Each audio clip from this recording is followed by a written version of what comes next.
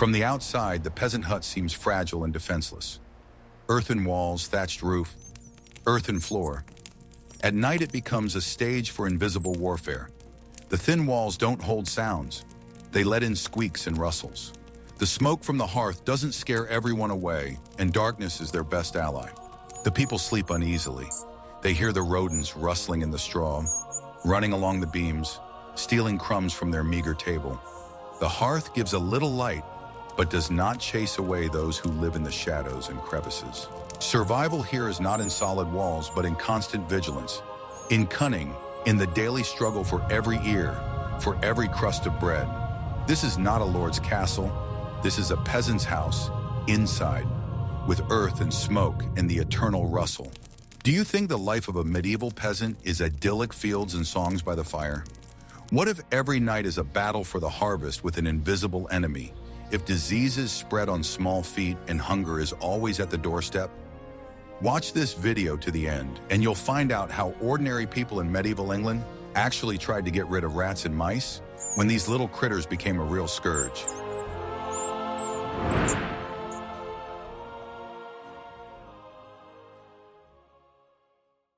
The cat in the harsh, prosaic reality of medieval England was not just a furry pet, as we are used to seeing it today, lounging on pillows and demanding attention.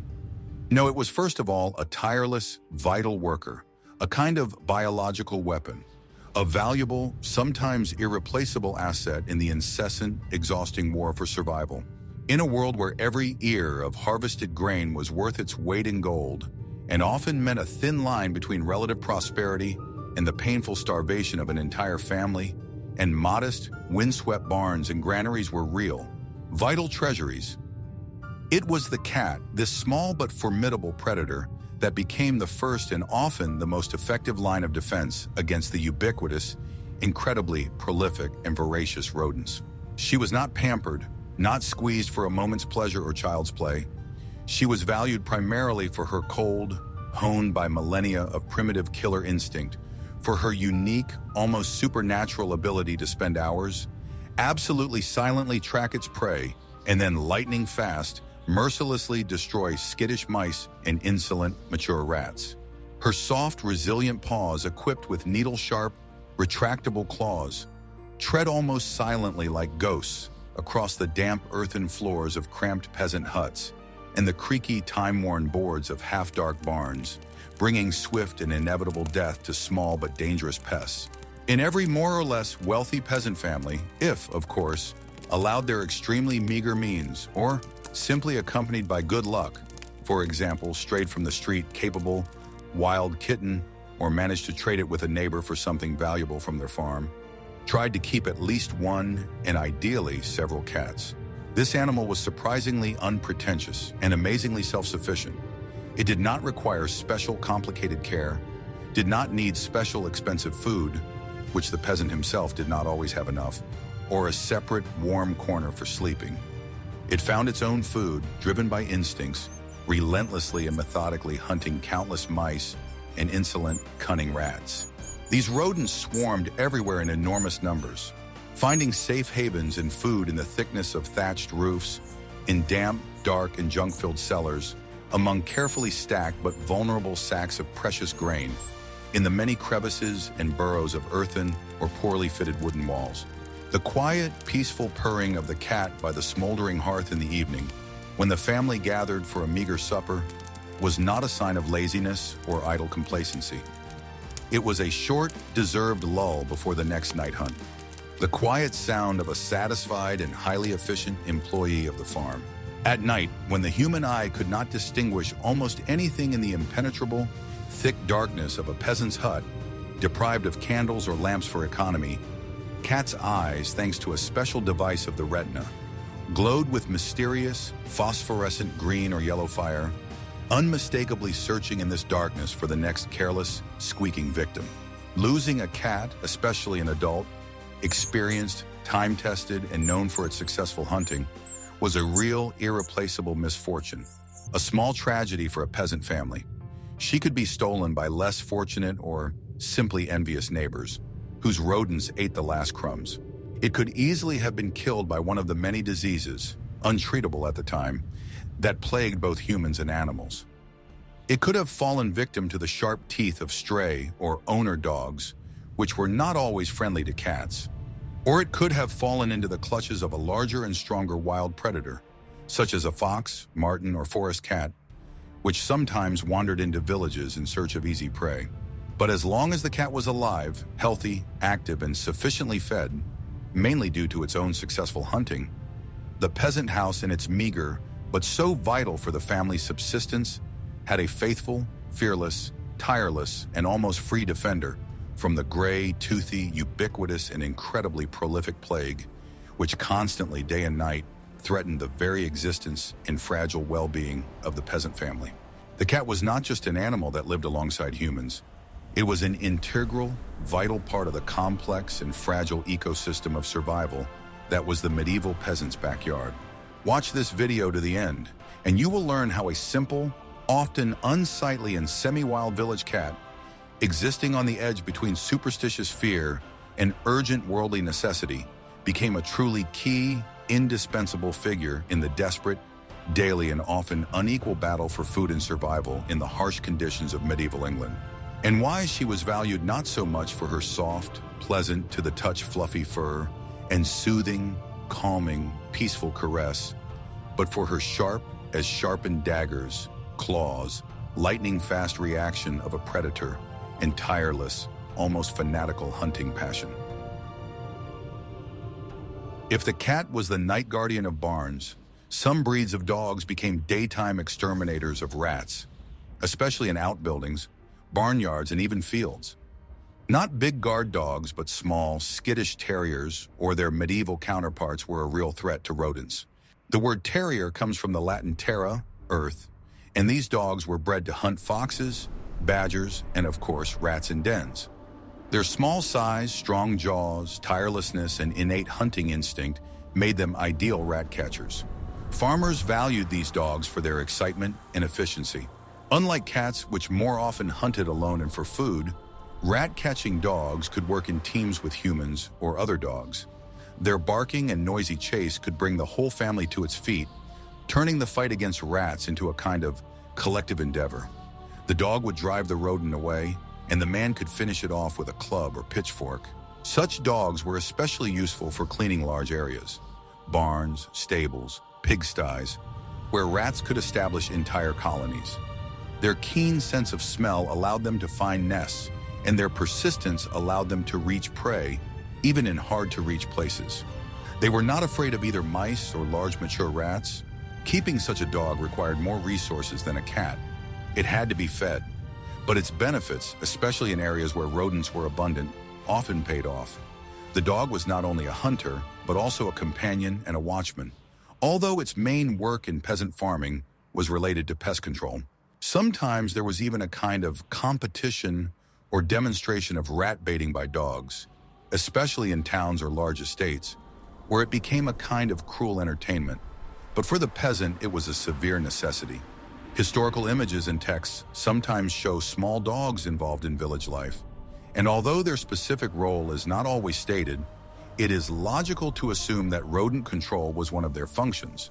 After all, rats threatened not only stock but also poultry, especially chickens. A terrier dog in a medieval English village is more than just a barking companion. It is a small but fierce warrior waging an endless war against the gray invaders on his territory. When cats and dogs were in short supply, or when it was necessary to get rid of rodents into dim places where animals had no access, such as flower stalls, farmers relied on their own ingenuity to create a variety of primitive traps. These devices were simple but often quite effective, using basic principles of mechanics and knowledge of pest behavior. One of the most common was the squeeze trap. It could be a heavy board or stone propped up by a stick to which a bait, a piece of lard, grain, cheese, if there was any, was attached. When the rodent touched the bait, the stick shifted and the heavy object fell, killing or crushing the pest. The simplicity of the design made it possible to make such traps from improvised materials. Another type is a trap door. For example, a deep pot or bucket dug into the ground level with the floor. The edge of the pot was greased with something slippery, and bait was placed inside. The rodent, trying to get to the food, fell inside and could not get out on the smooth walls. Sometimes a little water was poured at the bottom to drown the trapped ones. There were also cage traps, although they required more skill to make. They could be wicker or wooden boxes with a door that slammed shut when a rodent went inside to get bait. Such traps allowed the pest to be caught alive, to be drowned, or given to a cat. In medieval texts, there are sometimes references to mouse traps, macipula in Latin, but without a detailed description of their construction. However, archaeological finds and ethnographic parallels allow us to judge about the variety of such devices. Their main features were cheapness and the possibility of making them with one's own hands. The effectiveness of such traps depended on many factors: the right choice of bait, successful placement, and the cunning of the rodent itself. Rats, being intelligent and cautious animals, quickly learned to avoid dangers. Therefore, farmers had to constantly change the types of traps and the places where they were placed. Controlling rodents with traps was a daily routine. In the morning, it was necessary to check all the traps set, remove the prey, and reload them. It was quiet, painstaking work, requiring patience and observation. But every rodent caught was a part of the harvest saved, a lower risk of disease. Although it is difficult to speak of perfect cleanliness in medieval peasant life, even minimal efforts to maintain order and hygiene could significantly reduce the attractiveness of a dwelling to rats and mice.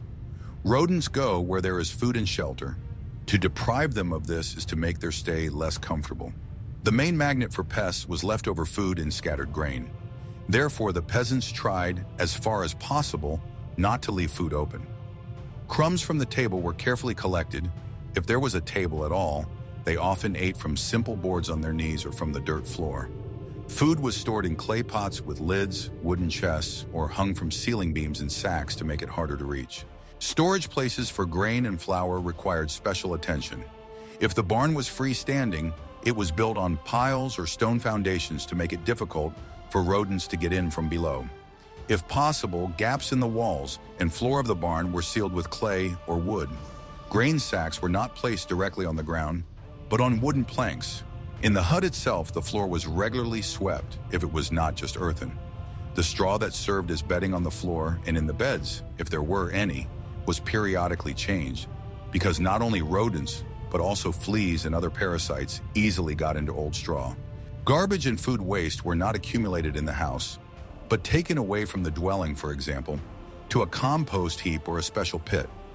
Although even there they could attract rats, at least it reduced their concentration directly in the house.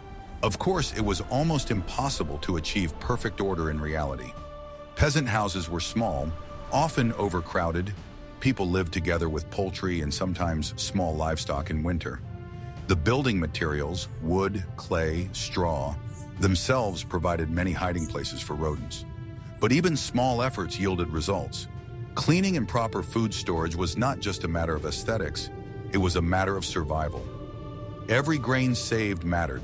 Every rat that didn't find food in the house was a small victory. It was a passive but constant form of struggle, requiring discipline from all members of the family.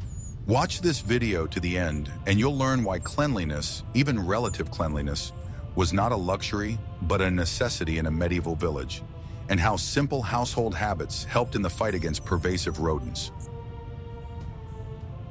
In addition to physically killing rodents and keeping order, medieval peasants resorted to other methods based on their knowledge of nature and centuries of observation. The use of plants with a strong odor was one such way to deter rats and mice from dwellings and stockpiles. It was believed that many strong-smelling herbs were unpleasant to rodents. Peppermint, wormwood, elderberry, fir, and marshmallow. Bunches of these plants were spread in the corners of the house, in barns, and put in sacks with grain or clothes. Their pungent aroma, according to the peasants, was supposed to scare away pests. How effective this has been scientifically is debatable. Some of these plants do contain substances that can be unpleasant or even toxic to small animals in large concentrations. But it is likely that the effect was more repellent than destructive. However, in the absence of other means, this method was also used. Smoke was also considered a good remedy. Regular heating of the hearth black when the smoke escapes through a hole in the roof or just through the door and windows, filled the room with the smell of burning, which could be unpleasant to rodents. Sometimes the rooms were specially fumigated with smoke from burning certain plants, for example, the same wormwood or juniper. They also used pungent-smelling substances such as tar. It may have been used to coat the underside of barn walls or wooden piles on which buildings stood to create a barrier to rodents. Some recipes bordered on superstition and magic. For example, certain incantations or rituals could be used. But many of these practices were based on real observations. If after spreading a certain herb there were fewer mice, this knowledge was passed on from generation to generation. It is important to realize that these methods were rarely used alone. They were part of an integrated approach involving cats, traps, and keeping clean. Each remedy, even with little effectiveness, contributed to the overall fight. For the medieval peasant, the world was full of odors, and he believed that the right smells could protect his home and crops as well as physical barriers. It was a kind of household alchemy where knowledge of the properties of plants was turned into a weapon against invisible enemies. Watch this video to the end, and you'll learn what other odors of medieval England might have been a barrier to rats and mice, and how folk wisdom tried to harness the forces of nature to protect against pests. When traps failed and cats and dogs were busy or absent, farmers had to resort to the most direct and brutal method of rodent control: physical destruction. This was not hunting for pleasure, but a severe necessity, often turning into a collective action.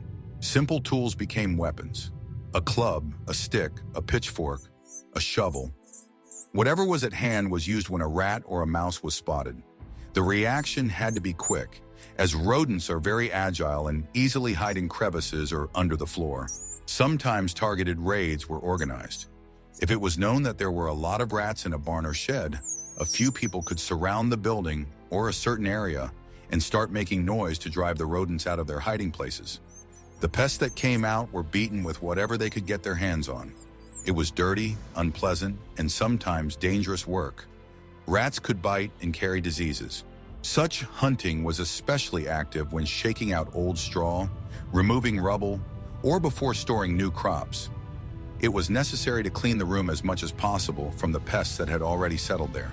Children also took part in this struggle. For them, it could be both a kind of game and an introduction to the harsh realities of peasant life. Catching a mouse or helping to chase a rat was considered a useful deed. In some cases, if the rats were very numerous, more drastic methods could be used, such as smoking them out of their holes or flooding them with water, if possible. However, this carried a risk of fire or property damage. Physical extermination was the most tedious and not always the most effective in the long term, as new rodents quickly took the place of those killed. But it had immediate, visible results and could at least temporarily reduce the pest population in a particular location. It was a constant, grueling war of attrition, where man and his club confronted the fecundity and cunning of small but numerous enemies. Each rat killed was not just a trophy, it was bread saved, it was a reduced risk to the family's health. Watch this video to the end, and you'll learn what other methods requiring direct human involvement have been used to reduce rodent populations, and why this battle has been never-ending. The preservation of the harvest was a matter of life and death for the medieval peasant.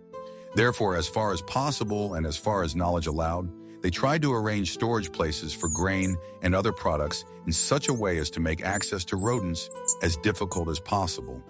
It was a kind of fortification, but not against humans, but against small but voracious enemies.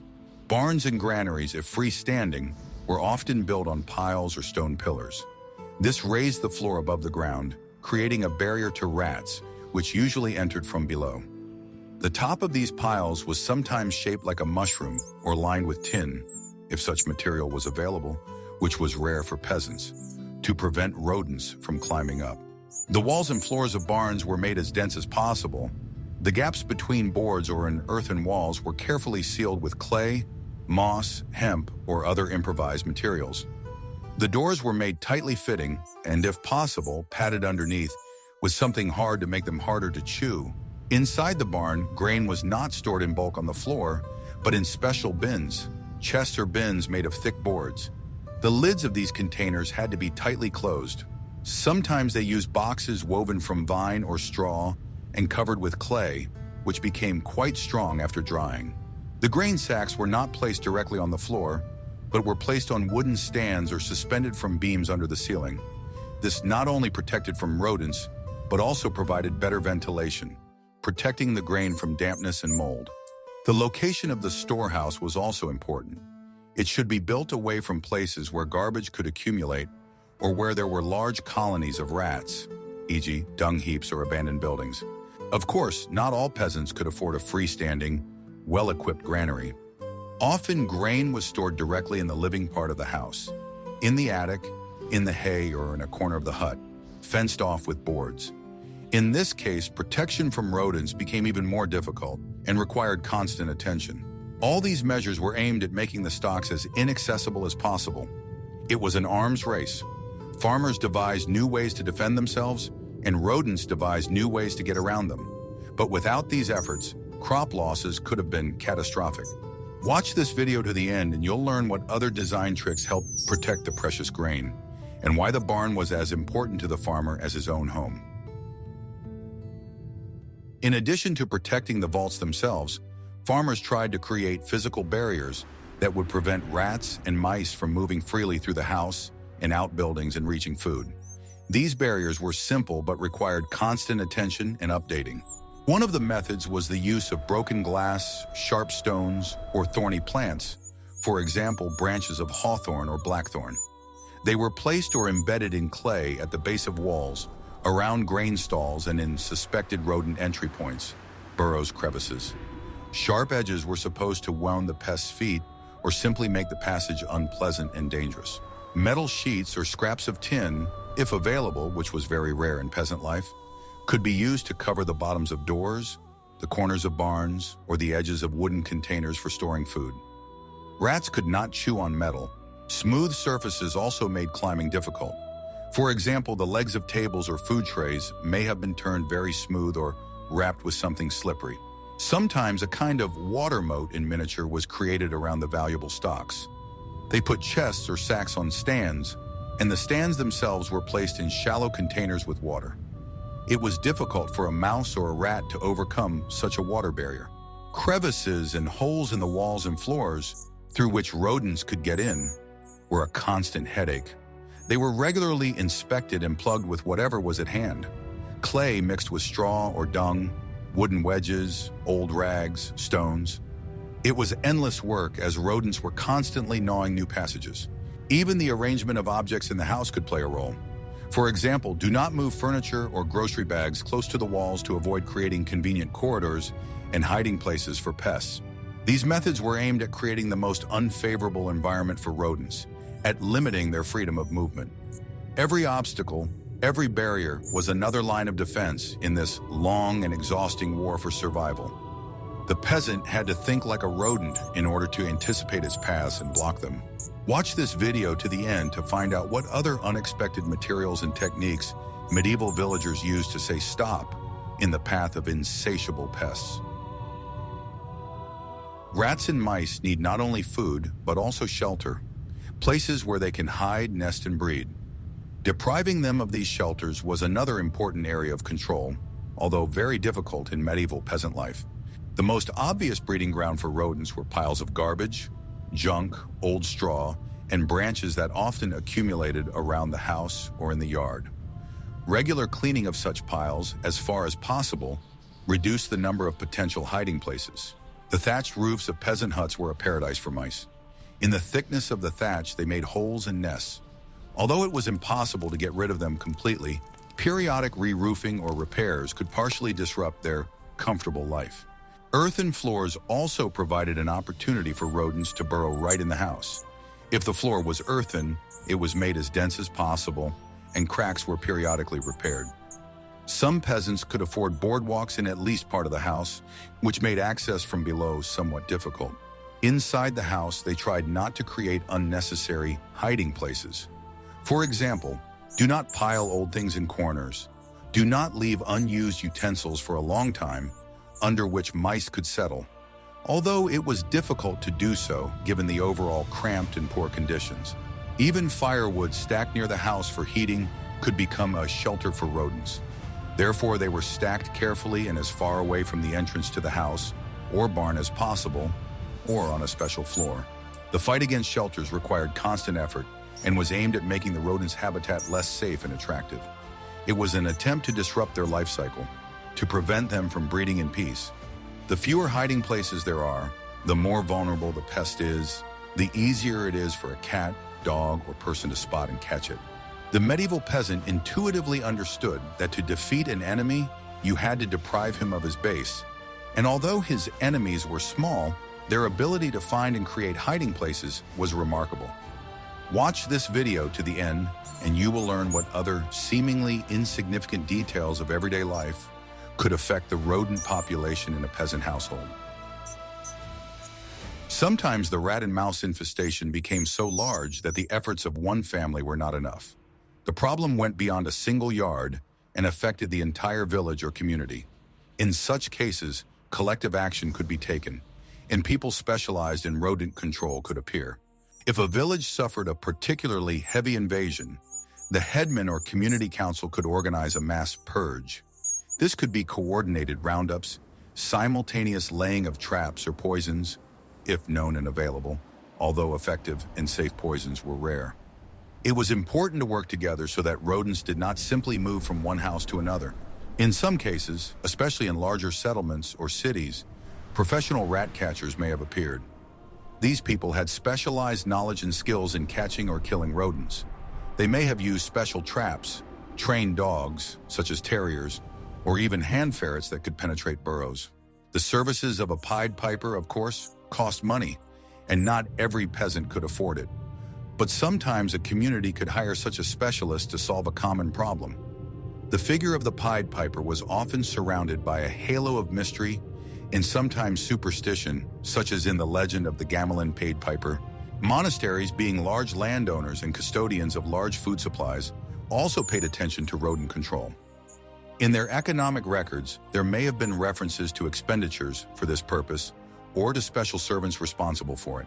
It is important to realize that in medieval society, where life was closely linked to the community, collective effort played a major role in many aspects, including pest control.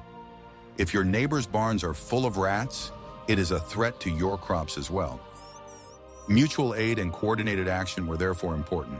Although there is not as much documentary evidence of such collective actions in the peasant milieu as in the lives of the nobility, the logic of survival suggests that they must have taken place. After all, in the face of a common threat, be it famine, disease, or pest infestation, people instinctively united. Watch this video to the end, and you'll learn how medieval society, from a simple peasant to an entire village, grappled with one of the most pressing and everyday threats to their well-being. The medieval peasant home is not a fortress, it is a battlefield. A daily grueling struggle for the harvest, for health, for survival. And in this struggle, small but ubiquitous rats and mice were one of the main opponents. The peasants of medieval England used all their modest arsenal, from cats and dogs to primitive traps and repellent herbs. Cleanliness, proper storage of supplies, caulking, every method, no matter how simple it may seem, was a contribution to this endless war. If you want to know more about how ordinary people lived in the Middle Ages, what difficulties they faced and what tricks helped them survive, subscribe to our channel. Here we tell the story unvarnished, as it really was, in the ground, in the straw, and in the relentless struggle for life.